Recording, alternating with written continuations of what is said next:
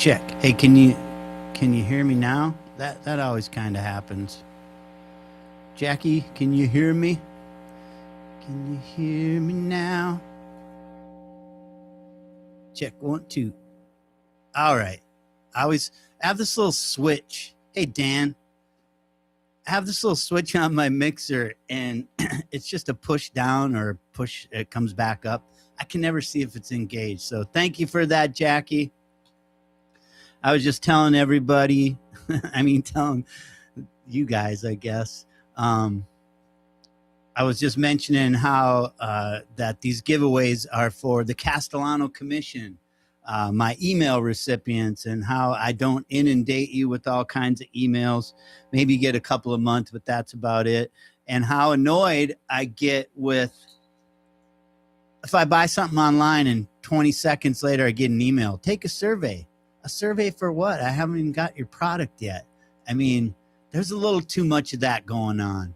Like, let people order something, receive it, and have it. Have a 10-day wait on that survey thing. How you guys doing tonight? I'm glad to be back. It's been, about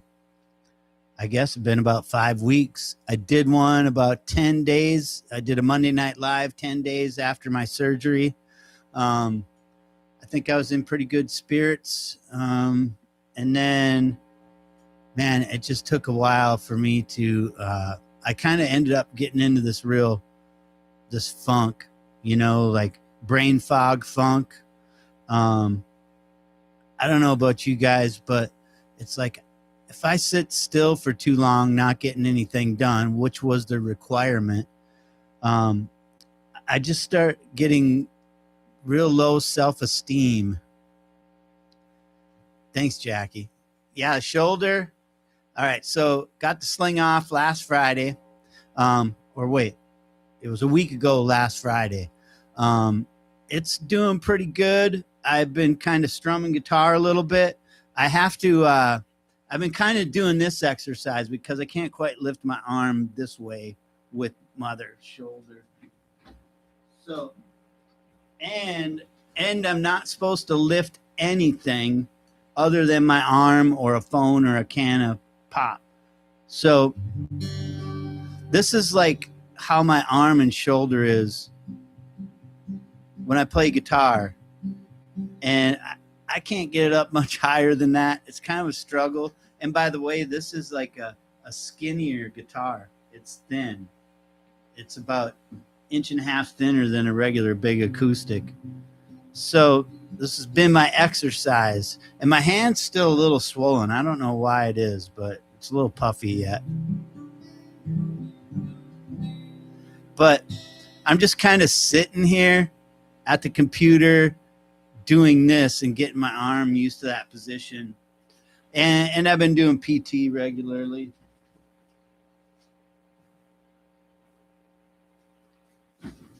I gotta say, like I said, it's just for me, you guys, it's like I got in such a bad headspace. Like, I don't know. First of all, I was like going through that fine the first 10 days, first 12 days was fine.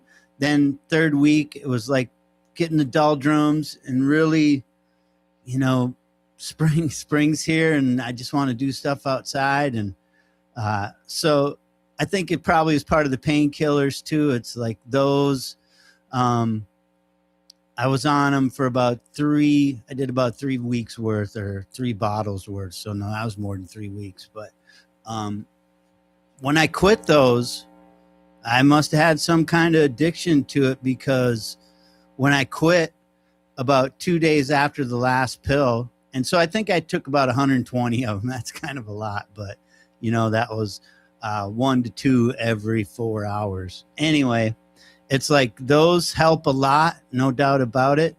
But the withdrawal was like, I had three or 4 nights where it was every night I was trying to sleep. I couldn't sleep. I wasn't getting any sleep anyway, really, because I had that sling on and I could only sleep on my back or my one side.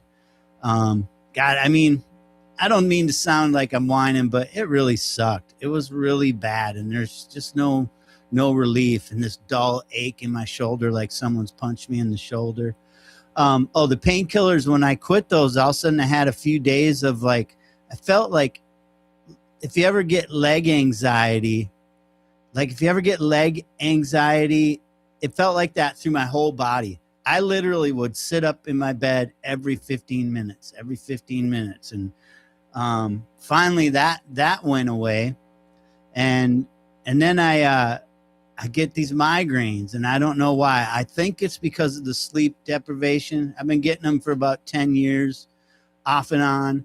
Migraines that start with this weird blur in my eye, then this sparkly thing, and that takes about 20 minutes to a half hour to process, and then it ends up with a dull headache. And then if you're a friend of mine, I'm talking to you, I can't remember your name. It's almost like a stroke. And it happens to me that way a lot. And it happens to be like I had 5 days in a row where I had 3 separate migraines going on. This is part of the reason why I didn't go live either. It was just like I was in no mood. But those dang migraines, man, they wipe me out. Like it's like a 3-week hangover. Just, not that I ain't dumb already, but I feel like I'm dumb as a rock. I mean, I'll have the captions on TV and I can't even read them. It just really does something with my brain. And I had the time to sit there and look up what migraines are. A funny story too is like my wife brought me to a guitar show. It was like the 3rd week. It was a Saturday in Franklin, Tennessee. And some lifelong family friend of ours, I haven't seen him as much as an adult, but I know him, and we've ran into each other now and then. But at this show in Franklin, here this guy walks up to me, and it's a lifelong family friend from Minnesota. His name's Steve Miskey, and I remember his name right off the bat, but I could hardly talk to him because I was having one of those migraines right at the time. But I think that's just as bad as the dang recovery. I just don't know how those come on, why they come on, but they really also trigger a bunch of depression. I don't know why. It's just to get in these moods, especially going through that stuff. I get in the moods where I just am totally antisocial. I hardly even want to do anything or be productive. It really sucks. It's really been the last few days where I've felt like even, playing guitar. But you know what? Today is 420. Does anybody celebrate 420? Practically legal everywhere now. I had to look it up. I didn't know what 420 meant. I mean, I know what it is, but where did it come from? I thought it was like some Proposition 420 in California when they first legalized weed. But it turned out it was just slang for meet me after school at 420. So now you know. Hey, Dwayne, how you doing? Hey, man, I'm hanging in there. I think I'm feeling better. Like if you weren't here just a minute ago, it's like I was just going through depression and going through a lot of self-esteem problems. And, that comes with, I want to be creating, I want to be working. And when I'm not, all of a sudden I'm like, I feel like a worthless piece of crap, You got a cold? Yeah, luckily I didn't get any illness like that. That would have sucked to get the flu or have a cold that lasts through the healing. But you know what? So far, the shoulder's doing good. I can reach up here. I can finally reach up and wash my hair, brush my teeth with my dominant hand. And as you could tell, I got a haircut. I was thinking of having one last hurrah. I'm going to grow that shit out all Willie Nelson style, maybe even braid it. But the family said, no, don't do it. So I cut the hair. Maybe one day I'll do it again just for the hell of it. At least, it's thin up here, of course, but at least it's still there. I can fill it in if I push it around. Yeah. So thanks for all the well wishes on the shoulder. I, I mean, it's all survivable, but I wouldn't wish it on anybody. It really sucks. The pain that you're in at first, it really sucks sleeping. I mean, for 6 weeks, I had to sleep with that sling on my arm. And I swear the sleep deprivation was bad too. It's just all of it kind of compiled together makes it really hard to be happy and joyous through your recovery. You know what I'm saying? I did get a haircut. Yep. But you know what I was doing, I found myself like just being, well, brain dead. I was like watching old reruns of Dukes of Hazzard and Chips and all those shows I grew up with. I don't know, there was a lot of satisfaction seeing those old TV shows. I have this joke that, like, you know, my running, when I quit music, I'm just gonna take up more drinking and watch reruns of Starsky and Hutch. I don't know why that is, but man, also got to watch. I don't know if you guys are space people, but man, I'm really fascinated with all the space stuff. Always have been since the Apollo missions. My dad used to wake us up in the middle of the night, take us out, and point out the rockets, you know, or you could just see a little blip as a kid. I didn't know what it was, but probably looked like a satellite or something. But there's actually a photo of me. I believe it's in my video With Me All Along, which is a montage and a tribute to my dad. But there's a picture in that montage with me and my dad, and there's that newspaper. I think it was July 16th, 1969. We've landed on the moon. So it's kind of cool. Me and my dad, and then the newspaper there is that first landing. So it really stuck with me. Hey, I'll ask you about that in a minute here, Dwayne. But the Artemis stuff, I'm fascinated. There's two things. It's like, I think it's cool to go out there and check that out and how amazing it would be. But on the other hand, I don't ever want to go there. I mean, sometimes it's hard to breathe on Earth, let alone out in space. I mean, why don't we go explore the ocean? Why don't we build cities down in the ocean? I mean, it's the same difference. You can't breathe. You got to live in something. If that fails, you're going to die. But and there's also, like, you know, as I'm online sitting on the couch browsing all this gossip and bullshit on the internet, there's so many people, I cannot believe it, that say the moon landings were all fake. I know that they faked some footage back in the 60s to recreate what they didn't capture. But, you know, today's day and age, for those people that don't think Artemis just went around the moon, you're crazy. I mean, there's too many people involved. I mean, I had friends go down to Cape Canaveral and watch the rocket take off and blast out into space. I mean, ask William Shatner. He's been up there and went to space. I mean, what's so hard to believe about that? It's kind of like the flat earthers, you know?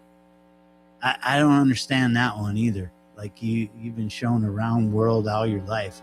Nobody you've ever known, no ship, no person, nobody's ever fell off the edge.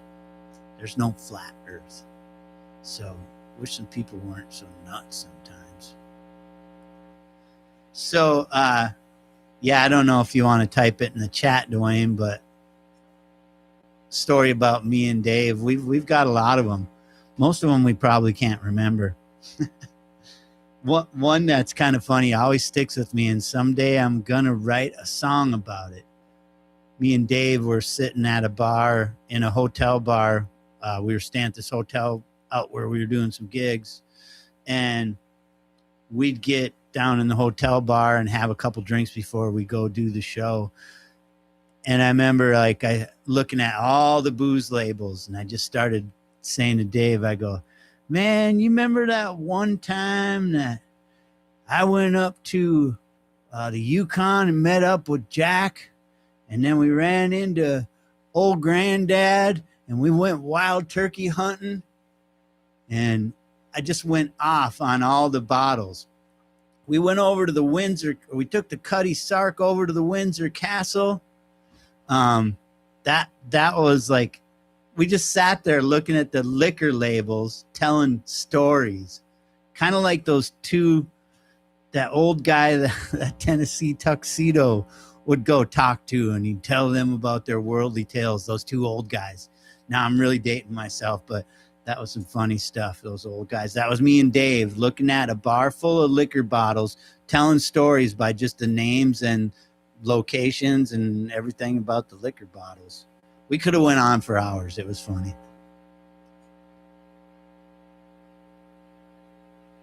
Dwayne says that one that ended up you can hang out together. I don't know. You have to tell me about it sometime.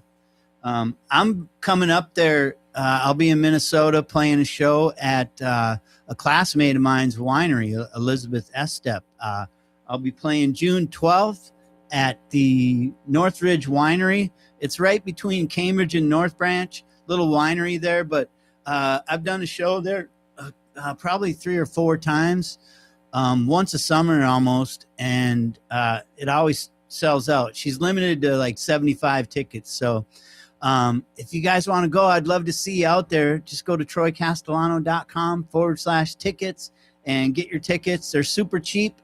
I'm going to have my buddy Kevin Franson, old drummer in a couple of my bands. He's going to come and accompany me on some percussion and some backup vocals. So I can't wait to see how that goes. That'll be fun.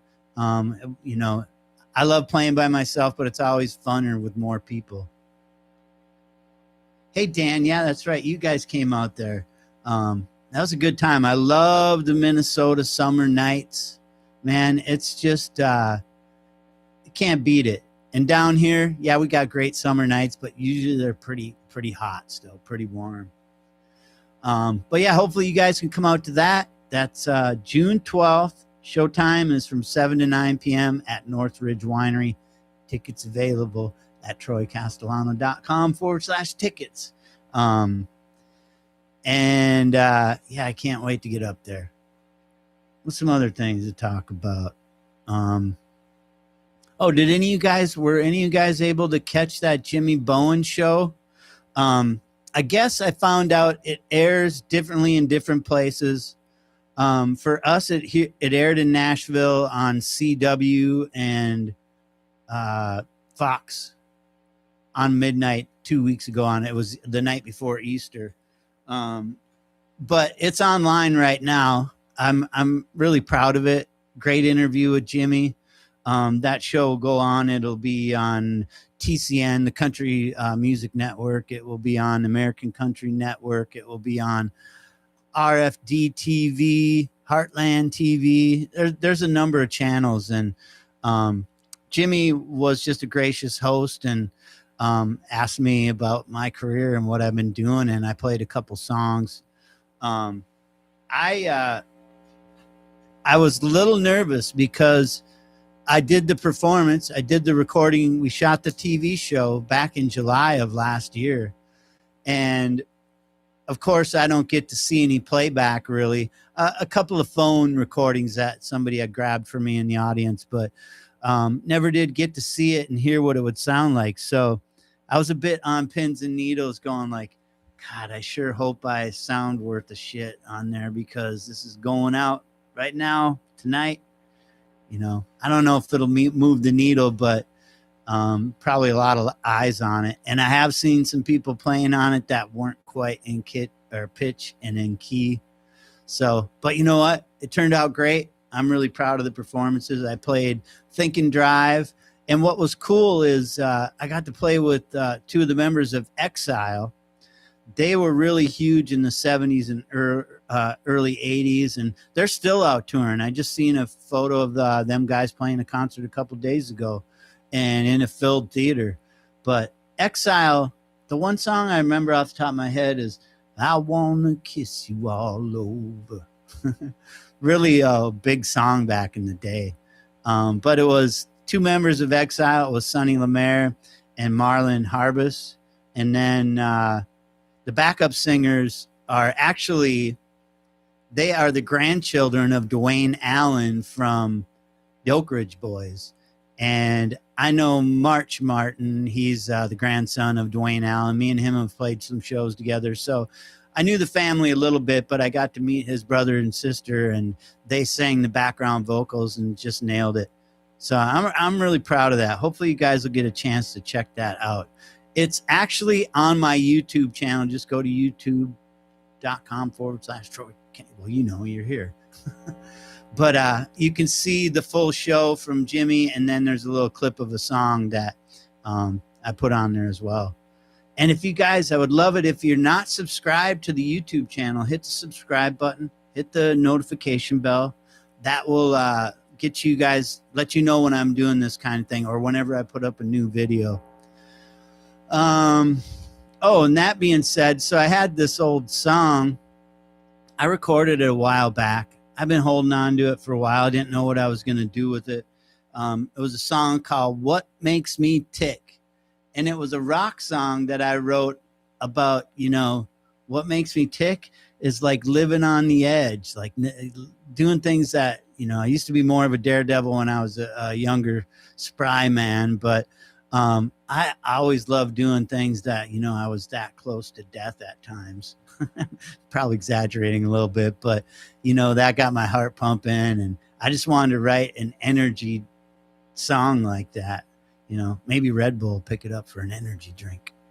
But did you guys hear that one? What makes me tick?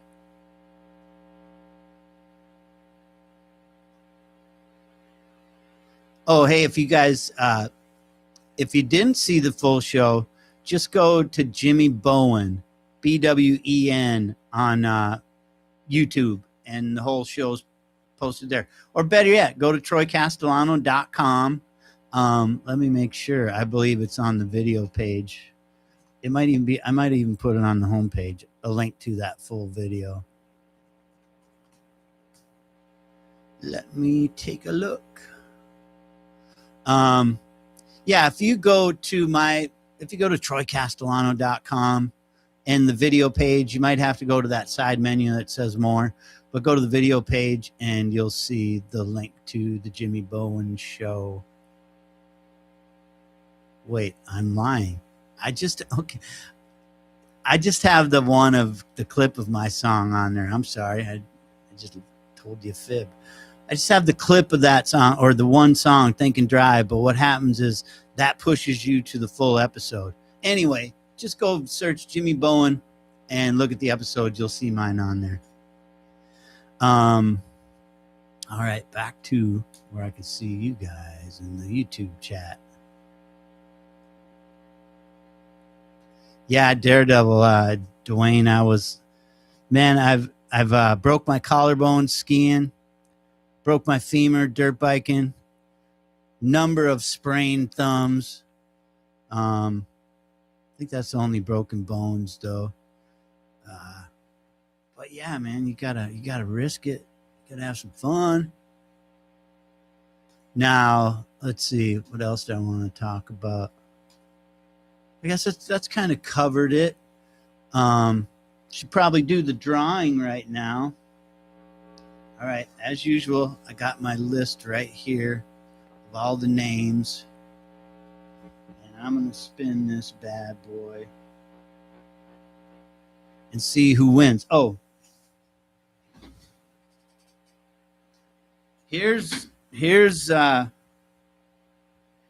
we're giving away. We're going to do the OG Hell We Raise shirt. So whoever's name I draw tonight will get the OG Hell We Raised shirt. Now I'm running a bit low on those, so if you want to get one, now be the time to grab one. I'm not sure when I'm going to order again. I got some hoodies and some tumblers and things too that I'd love to see you guys pick up. But let's roll the dice here.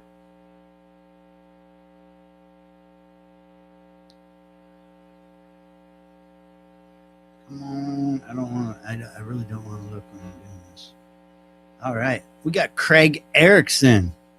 Craig Erickson, I know Craig and Wendy. Well, Craig won the shirt. He's probably got one of these, so I'm gonna have to ask him. He's an Isani guy. original homie. Hey, Jackie, I did parachute.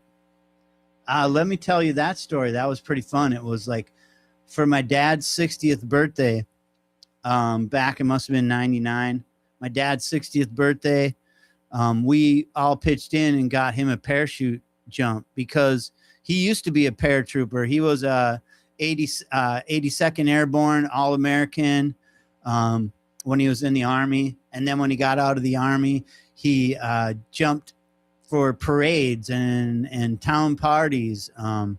He would do it for recreation. You know, I remember seeing him jump at the Cambridge Fair.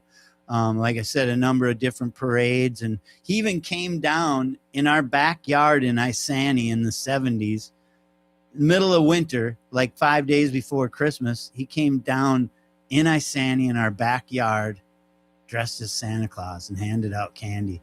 His picture was in the Star and Tribune. That was a long time ago, man. But so he always wanted to jump again. You know, let me back up a little bit. So I think about late 70s, he quit jumping. Early 80s, he bought a plane. We had a little Piper Tri-Pacer, a little 4-seater airplane that he'd tie down at the Cambridge airport. And then he ended up selling that. And, you know, fast forward to his 60th birthday, we all decided he kept talking about how he wanted to jump one more time. And so we got him that. And then me and my sister also bought jumps. So we all three were going to jump that day.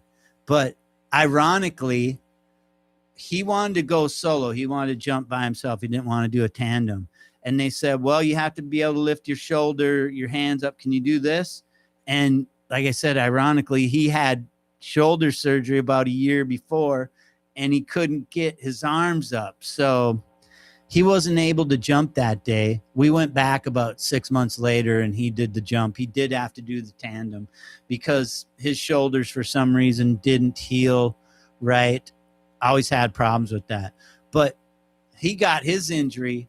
Like mine was lifting music gear and also wiping out, slipping. But he tore his shoulders all to shreds because he was a meat cutter. And think about Rocky, all them big pieces of meat hanging on the hooks. That's what he's doing. He's pulling them big old chunks of beef off of the hooks and cutting them up. And after a while, it just shredded his shoulders. But yeah, so we all got the tandem jump. It was really fun. It was cool to see him do it again. I thought it was freaky, but now that I've done it, it wasn't so bad. It's almost like probably being weightless for a little while, but I would do it again.